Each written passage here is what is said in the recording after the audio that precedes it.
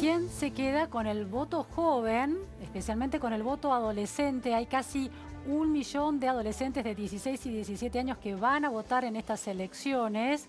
2.9% del padrón electoral, hoy en día en unas elecciones muy ajustadas donde cada fuerza política de las mayoritarias está buscando sumar cada punto, no perder votantes, es un voto clave. Estamos con un especialista en temas de ciencias sociales, juventud y niñez, Pablo Bomaro. Muchísimas gracias, Pablo, por estar aquí, doctor en ciencias sociales, postdoctor en ciencias sociales, bueno, y coautor junto a otros autores de Juventudes e Infancias en el escenario latinoamericano y caribeño actual. Aquí muestro el libro, muy interesante. Pablo, tengo una información de la IEA. La IEA es una organización global que toma evaluaciones muy importantes en el mundo educativo, vinculadas con la lectura, las PIRLS y con la ciencia y la matemática, las pruebas TIMSS. Y el año pasado publicó un estudio de alguna manera, disposiciones de educación cívica en América Latina. Y hay un resultado inquietante que dice lo siguiente: los adolescentes latinoamericanos tienen un compromiso limitado con los principios democráticos. El 69% de los alumnos de segundo año de secundaria estaría de acuerdo con un gobierno dictatorial si trae orden, seguridad y beneficios económicos. ¿Cómo es la adolescencia que está ingresando en la vida cívica hoy en Argentina? Porque bueno, Argentina no fue parte de este estudio, pero ¿cómo es? ¿Coincide en estos temas de descreer de la democracia?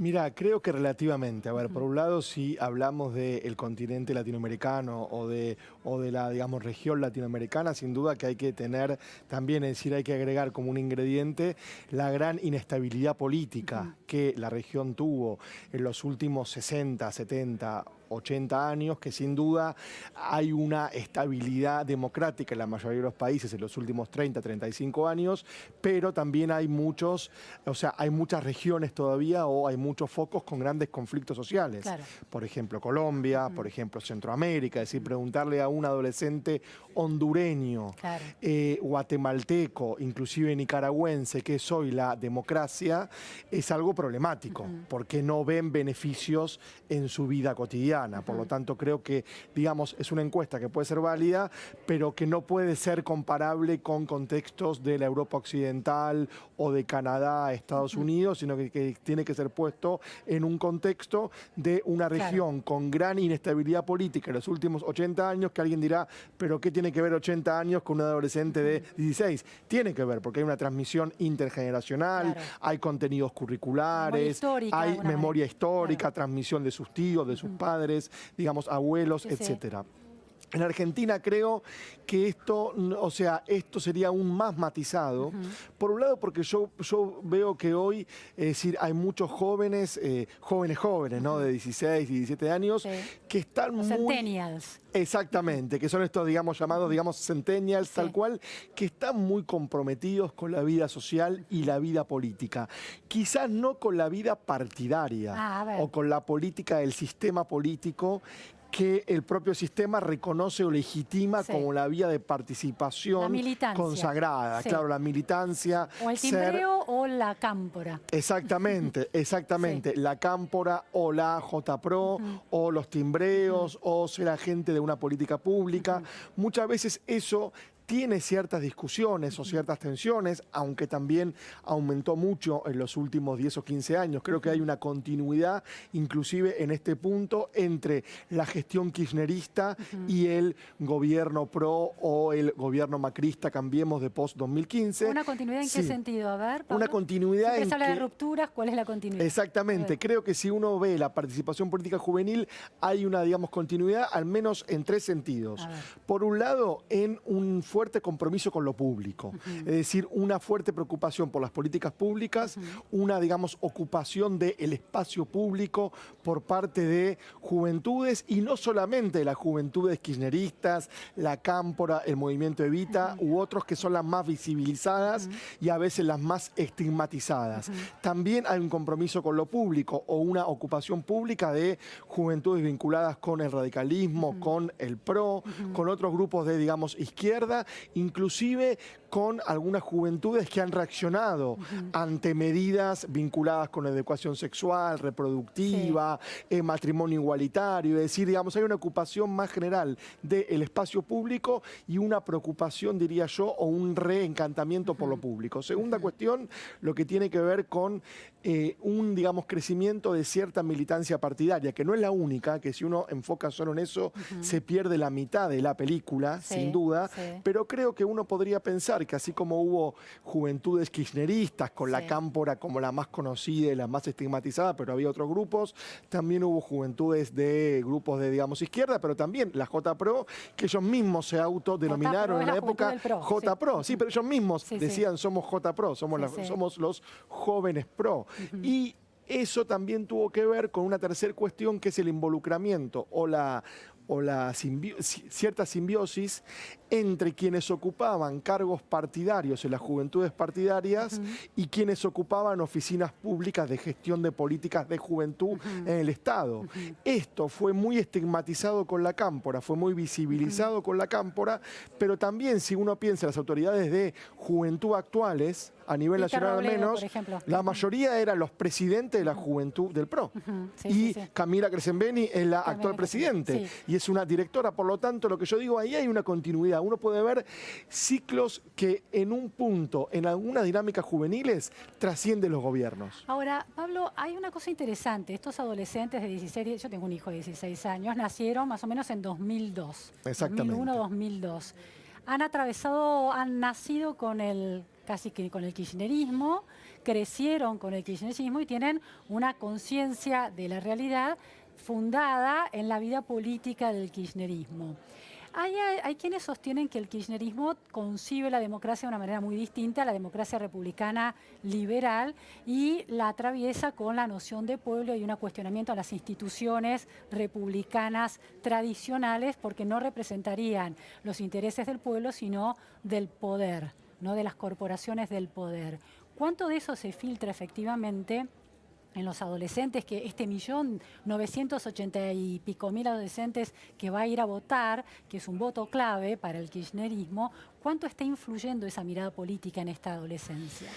Mira, yo creo dos cosas. Por un lado, habría que matizar un poco esa mirada, que no quiero discutirla ahora, pero si uno piensa, los principales conflictos políticos que atravesaron, digamos, el kirchnerismo, tuvieron que ver con leyes o con resoluciones. Por lo tanto, son conflictos republicanos. La ley de medios fue una ley, no fue, digamos, un decreto.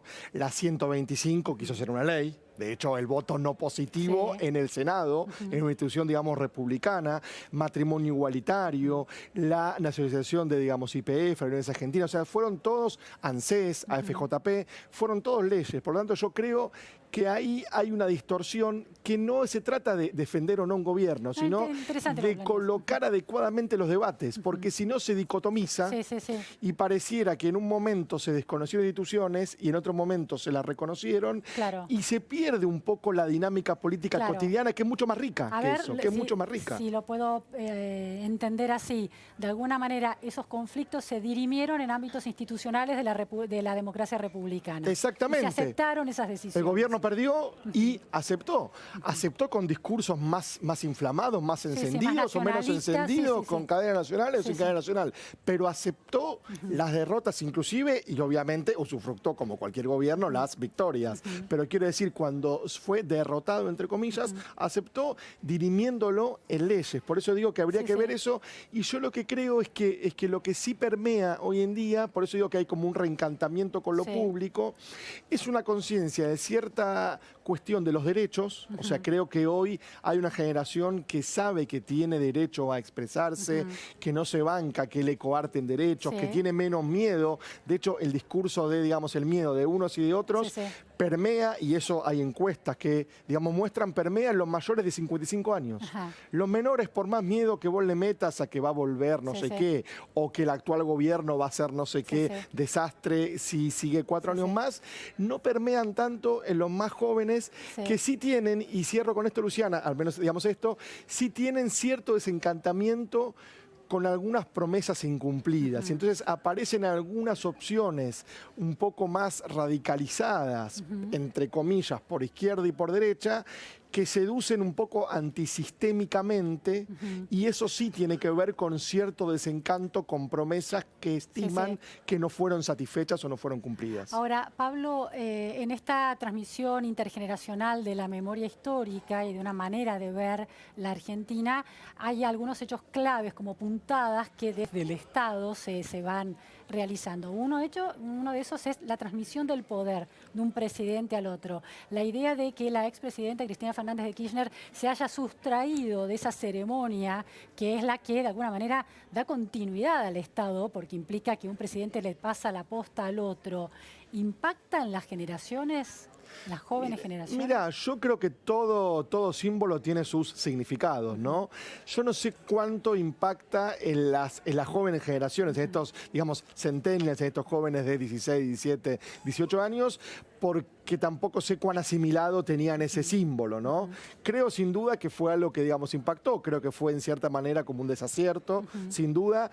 Ahora, no sé cuánto impacto realmente simbólico o cuánto leyeron como un significado de conocer instituciones o más bien como una anécdota o lo que fuera, ¿no? O sea, creo que ese hecho, al menos yo, en algunos trabajos con entrevistas, con encuestas, no noto que sea un hecho, digamos, impactante para la memoria histórica juvenil al menos. Ahora, ¿por qué estos adolescentes son reacios a votar? El promedio de participación electoral de las últimas 3 elecciones es del 50%, muy por debajo de la media general, que es casi del 70 y pico. Sí. Mira, creo que por varias cuestiones. Por un lado, o sea, hay que, digamos, como uno ve la media, hay que ver que al principio había toda una cuestión con renovación de su DNI, es decir, había todo un trámite burocrático para tener derecho a votar y para ser incorporado, digamos, al padrón. En esta última elección hubo toda una discusión pública de que había 400.000 jóvenes que no habían sido incorporados a los padrones. Digo, o sea, creo que ahí hay una, o sea, digamos, el Estado todavía le debe a esta nueva generación un derecho pleno. Consideremos también que el voto a esta edad es, digamos, o sea, no es obligatorio, y eso fue una discusión en la ley de 2012. O sea, ellos pueden optar o no por votar, con lo cual habría que comparar este porcentaje no tanto con la media general, porque es el voto obligatorio, sino con los mayores de 75 años, que también pueden optar o no por votar. Pero yo creo que, es decir, 50% no lo vería tan bajo, es decir, yo vería más bien el 50% que sí está interesado por ir a votar.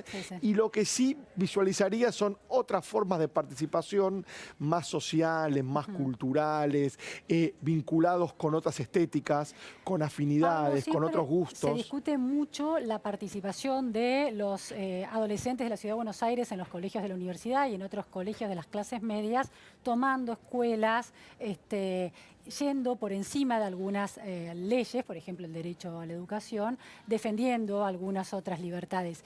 ¿Esa es una participación política cívica constructiva o presenta dilemas en términos de la protección de las instituciones, por ejemplo la educación pública?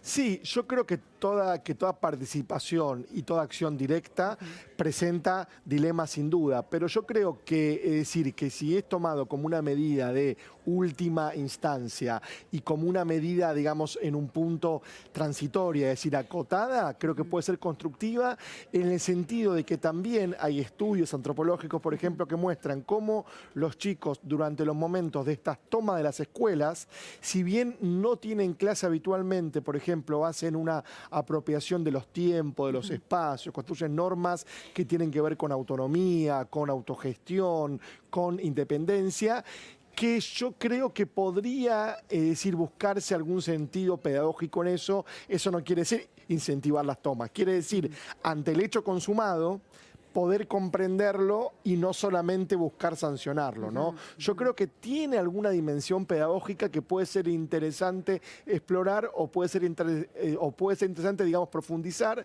La mejor pedagogía en la adolescencia, en una adolescencia democrática, en un país con tantas idas y vueltas en términos de las crisis económicas y políticas, ¿no sería dejar muy claro que hay derechos, pero también hay obligaciones, que el derecho a educación está por encima de otros cuestionamientos que se tengan que hacer? ¿Eso no sería una dimensión pedagógica interesante? Totalmente de acuerdo, y creo que hay una cuestión también de límites, ¿no? Fuerte. Claro. Lo que pasa, sí, Coincido plenamente. Lo que pasa es que en un país a donde el derecho a la educación está tan cuestionado, y donde desde los propios gobiernos se la desfinancia, donde el propio ministro hoy en día, yo no quiero entrar en algunas discusiones de detalle, pero a mí la verdad que me, digamos, indignó en cierta manera como el ministro de, digamos, Economía actual, Duhovne, cuando quiso mostrar que tendían al déficit cero, como vos decías hace unos 15 minutos, él mostró que entre 2018, entre abril de 2018 y abril de 2019, datos oficiales del Ministerio de Economía, había bajado la inversión en educación 53,8%. O sea, el propio gobierno festeja bajar la inversión pública en educación 53,8%. A mí la verdad que me dolió que un ministro, en vez de desgarrarse por eso y decir, estoy dolido, tuve que hacer esto, no lo voy a hacer nunca más, prometo que es la última vez que lo hago. No, lo muestra como una fiesta, dice, ahora estamos más cerca del déficit cero. ¿Por qué? Porque bajamos un 53,8%, más de la mitad, la inversión en digamos, educación pública. Por supuesto, devaluación mediante, inflación mediante, lo que hizo es no aumentarlo, por lo tanto, inflación, devaluación se han comido esa inversión, que aparte es una inversión, no es un gasto, creo que en esto, Luciana, vamos a coincidir fuertemente. Por lo tanto, en un país que pone en jaque todo el tiempo la educación pública, que pone en jaque todo el tiempo los ejemplos, los gobernantes de ahí para arriba.